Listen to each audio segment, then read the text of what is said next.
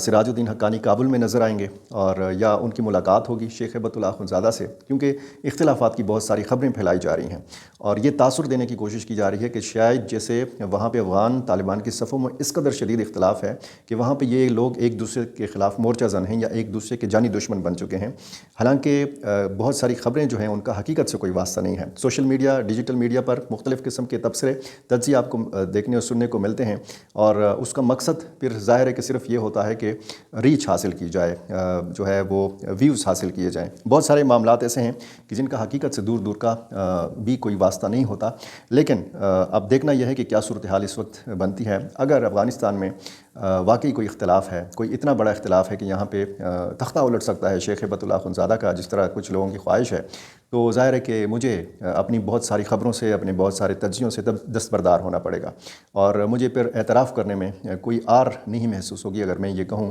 کہ مجھ سے غلطی ہو گئی، مجھے صحیح اندازہ نہیں ہو سکا، مجھے صحیح خبر نہیں موصول ہوئی، یا میں اس واقعے کی یا ایسے واقعات کی صحیح تحقیق نہیں کر سکا۔ بہرحال آنے والے دنوں میں پتہ چلے گا کہ اونٹ جو ہے کس کروٹ بیٹھتا ہے۔ مفتی منیر شاکر کے صاحبزادے نے ایک ویڈیو پیغام جاری کیا ہے اپنے والد کی شہادت کے فوراً بعد۔ ان کے ہاتھ پر، ان کے کپڑوں پر خون بھی لگا ہوا تھا اور وہ کہہ رہے تھے کہ وہ اپنے والد کی تدفین نہیں کریں گے اس وقت تک جب تک ان کے والد کے قاتل گرفتار کر کے نہیں دیے جائیں گے۔ انہوں نے سوال اٹھایا کہ کیوں میرے والد کو سیکیورٹی مانگنے کے باوجود نہیں دی گئی اور کیوں قاتلوں کو کلی چھوٹ دی گئی تاکہ وہ آئیں اور ان کے والد کو شہید کریں۔ مفتی منیر شاکر کا اپنا جو ذاتی جو ایک مدرسہ تھا، یہ کھولا تھا انہوں نے ارمڑ کے علاقے میں۔ یہ پشاور سے ان کا تعلق بنیادی نہیں تھا، یہ کرم سے تعلق رکھتے تھے۔ ماضی میں یہ کرم ایجنسی ہوا کرتا تھا، آج ضلع کرم آج بھی خبروں میں ہے۔ ماخذئی ایک گاؤں ہے، یہاں پہ 1969 میں پیدا ہوئے۔ کراچی سے انہوں نے تعلیم حاصل کی، جامعہ بنوریہ کراچی میں بھی یہ زیر تعلیم رہے اور جامع مسجد ندائے قرآن کے نام سے انہوں نے ارمڑ پشاور میں مدرسہ کھولا۔ یہ جب ضلع خیبر میں، جو پشاور کے ساتھ متصل ضلع ہے، یہ بھی ماضی میں خیبر ایجنسی ہوا کرتا تھا، قبائلی ضلع ہے۔ یہاں پہ جب 2001 سے 2011 تک شدت پسندی رہی، مختلف واقعات ایسے ہوتے تھے، تو اس دور میں مفتی منیر شاکر نے شہرت حاصل کی تھی۔ 2003 میں امر بالمعروف و نہی عن المنکر نامی تنظیم کے سربراہ حاجی نامدار نے ان کو متعارف کرایا تھا۔ وہ اپنے ساتھ ان کو ہر جگہ پھراتے تھے، لے جاتے تھے۔ حاجی نامدار کا اپنا ایک نجی ریڈیو اسٹیشن ہوا کرتا تھا۔ ایک دور گزرا ہے خیبر پختونخوا میں، قبائلی علاقوں میں، کہ جہاں پر نجی ریڈیو اسٹیشن بھی ہوا کرتے تھے۔ یہاں پر مختلف شخصیات یا مختلف علماء کرام جو ہیں یہ آتے تھے اور تقریریں کرتے تھے۔ ریڈیو ملا کے نام سے شخصیات یا کردار جو ہیں یہ مشہور ہوئے اور اس طرح سوات میں بھی ریڈیو کے ذریعے جس طریقے سے وہاں پہ شدت پسندی کا ایک دور تھا، اس میں بھی نجی ریڈیو کا کردار تھا۔ تو حاجی نامدار کا بھی ایک نجی ریڈیو اسٹیشن تھا باڑہ میں۔ خیبر میں حرکت الاسلام کی بنیاد رکھی اسی حاجی نامدار نے اور بعد میں لشکر اسلام کی بنیاد رکھی۔ 2004 میں حاجی نامدار اور مفتی منیر شاکر کے مابین اختلافات پیدا ہو گئے اور مفتی منیر شاکر کو کہا گیا کہ آپ ہمارا علاقہ چھوڑ دیں، ضلع سے باہر نکل جائیں۔ انہوں نے پورا ضلع تو نہیں چھوڑا، لیکن وہ باڑہ سے ملک دین خیل قبیلے کے علاقے میں منتقل ہو گئے۔ وہاں یہ منگل باغ کے حامیوں سے مل گئے۔ منگل باغ بھی ایک مشہور کردار اس علاقے کا رہا ہے اور یہاں پہ انہوں نے، یعنی مفتی منیر شاکر نے، ایک نئے ریڈیو اسٹیشن کی بنیاد رکھی۔ بعد میں انہوں نے لشکر اسلام کی بنیاد رکھی اور اس کے سربراہ بن گئے۔ منگل باغ 2021 میں ننگرہار میں ایک بارودی سرنگ کے دھماکے میں مارے گئے تھے۔ یہ جب 2009 میں فوجی آپریشن شروع ہوا خیبر میں تھنڈر سٹارم کے نام سے، تو منگل باغ فرار ہو گئے افغانستان۔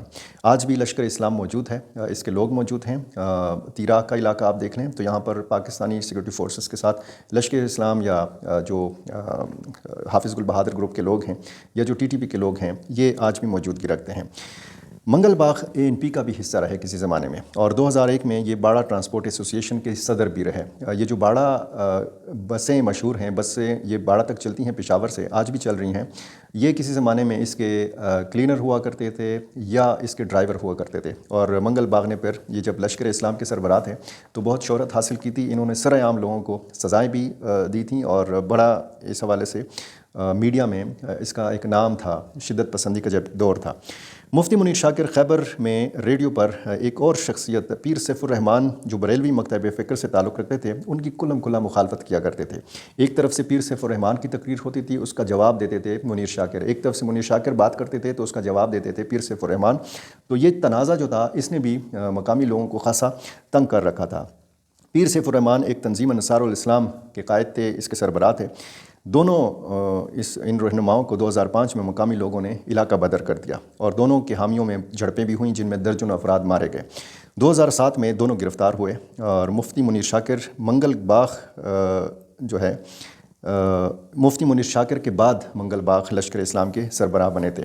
لشکر اسلام اور انصار الاسلام کے مابین لڑائیاں ہوئیں، متعدد لڑائیاں ہوئیں۔ اس میں بتایا گیا ہے مقامی صحافیوں کے مطابق، مقامی محققین کے مطابق کہ 500 تک کے لوگ جو ہیں اس میں مارے گئے تھے، اور اتنا یہ شدید خانہ جنگی کی صورتحال تھی کہ 2006 میں حکومت کو یہاں پہ فوج بھیجنا پڑی، اور 2007 میں جب یہ رہا ہوئے مفتی منیر شاکر، یہ گرفتار بھی ہوئے تھے دونوں شخصیات 2007 میں، اور جب یہ رہا ہوئے تو علاقہ ہے پشاور کا شیخ محمدی، یہاں پہ مفتی منیر شاکر نے ایک نیا ریڈیو اسٹیشن کھول لیا، اور یہاں سے بھی ان کی جو تقاریر تھیں وہ سلسلہ جو ہے وہ جاری رہا۔ مفتی منیر شاکر خود کو لشکر اسلام کی جو پرتشدد کارروائیاں تھیں یا منگل باغ کی جو وجہ شہرت تھی، ان کارروائیوں سے خود کو الگ سمجھتے تھے، اور وہ بار بار کہتے تھے کہ ایسی کارروائیوں سے ان کا کوئی تعلق نہیں تھا، اور ان کے فالورز بھی بہت ہیں۔ آج جو لیڈی ریڈنگ اسپتال میں مناظر دیکھے گئے، لوگ دھاڑے مار کر روتے رہے اور شدید مشتعل نظر آئے مفتی منیر شاکر کی شہادت کے حوالے سے۔ 15 مارچ ہے آج، اور آج مفتی منیر شاکر کا باب جو ہے یہ ختم ہو گیا ہے، لیکن علماء کرام کو آپ دیکھ رہے ہیں کہ نشانہ بنایا جا رہا ہے۔ جامعہ حقانیہ کوڑا خٹک میں مولانا حامد الحق کو شہید کیا گیا، پھر کوہاٹ میں ایک مدرسے کے محتمم کو شہید کیا گیا۔ جنوبی وزیرستان اعظم ورثک میں ایک 2 روز قبل حملہ ہوا، مسجد کے ممبر کے ساتھ بم نصب کیا گیا تھا۔ اس میں جمعیت علماء اسلام کے ضلعی جو امیر تھے مولانا عبداللہ ندیم، ان کو ٹارگٹ کیا گیا، یہ زخمی ہوئے، باقی بھی کچھ لوگ اور بچے اس میں شدید زخمی ہوئے اس واقعے میں۔